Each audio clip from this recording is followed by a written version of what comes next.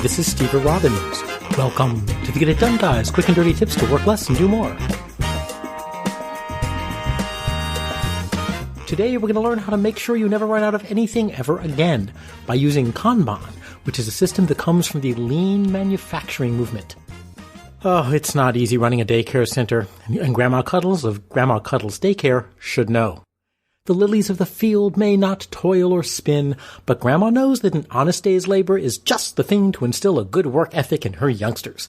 And business is booming. She's teaching her tiny charges handwriting, an extremely marketable skill. She gives them samples of famous people's handwriting, CEOs, heads of state, stuff like that, and they develop dexterity, learning to imitate that handwriting exactly. Cuddles even gives them cute little tax forms, bank checks, contracts, and other realistic pieces of paper to practice their writing skills in real-world situations. But with growth comes growing pains, so Grandma has hired a new chief financial officer to examine the company's systems. Straight from the World Poker Federation, he's known simply as Chip. He swears that he never cheated, ever, so Cuddles knew that he was the right person for the job. Chip's first action, other than putting on his monocle, was to review operations. The theoretical maximum output of Grandma Cuddles' signature paperwork division, given the speed, dexterity, and joint flexibility of spry little hands, is 15 signed defense contracts per hour, but only 5 were actually being produced. He investigated. Cuddles recently started feeding the kitties a full day's complement of calories. They're writing twice as fast as before, so why was the output so low? Because the little tykes were so productive. Take little Jordan, for example. Jordan can sign Vladimir Putin's signature 15 times in 10 minutes.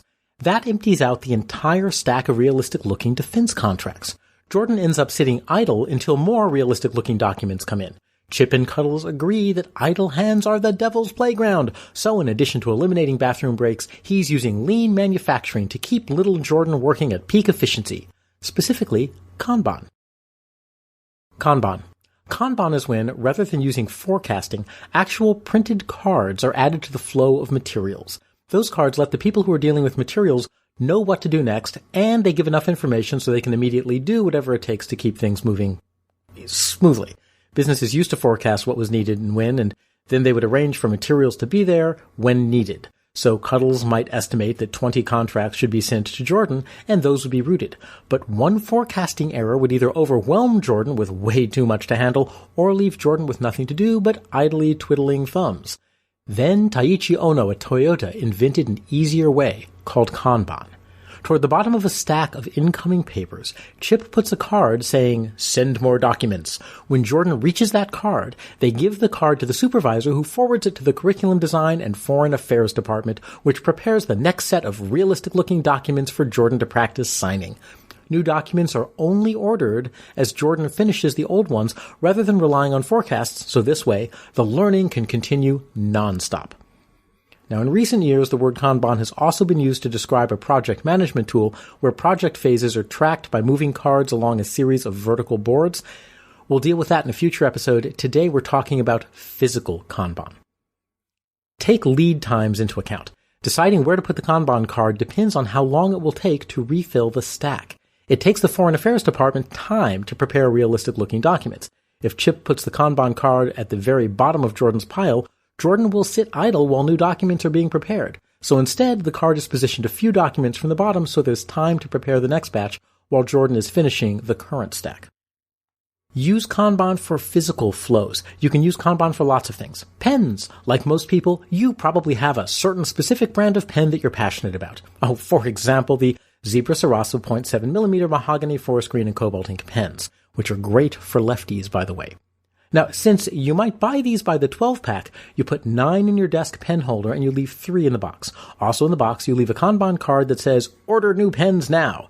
And then when you use up the 9 pens and you go to the box for refills, the Kanban card is waiting to prompt your reorder.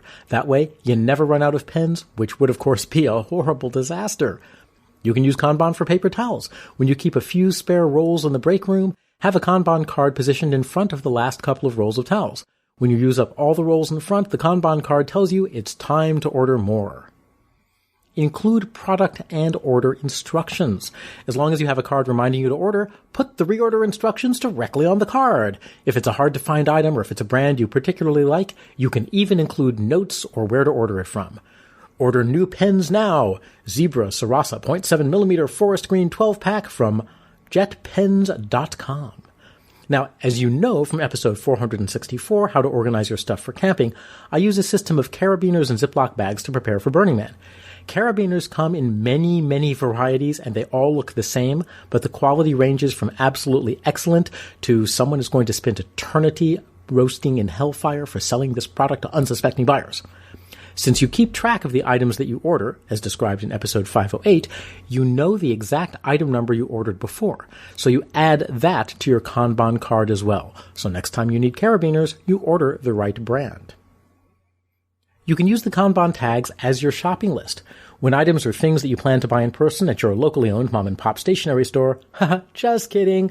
I mean, from a huge faceless big box store that funnels all the money in your community back to their offshore headquarters, the Kanban cards themselves can become your shopping list. On the card, write the name of the store where you can restock, and if you're as over-the-top as I am, you can even write which aisle, so you can shop efficiently and spend some time bonding with the mom-and-pop store owners who are members of your community and care about you. Armed with Kanban cards, Chip can revamp Cuddle's signature paperwork division lickety-split. He introduces Kanban cards for each stack of paperwork so the kids have a never-ending supply of realistic-looking practice. He introduces Kanban cards for the pens and ink used for signature products. He even introduces Kanban cards for the list of famous people whose signatures would provide great practice for the kids. If the kids being able to duplicate Colin Powell's signature is fun and exciting, imagine what they'll be able to do with Colin Powell, Tom Cruise, Oprah Winfrey, and Sheryl Sandberg. The future's looking bright for the Cuddles empire. I'm Steve Robbins. Follow Get It Done Guy on Twitter and Facebook. And if you have projects that are stalled or taking too long, check out my Get It Done accountability groups. Learn more at steverrobbins.com or join my personal email list by texting Get It Done to 33444, and you'll get a free copy of my secret book chapter on how to build relationships that help you succeed. Work less, do more, and have a great life.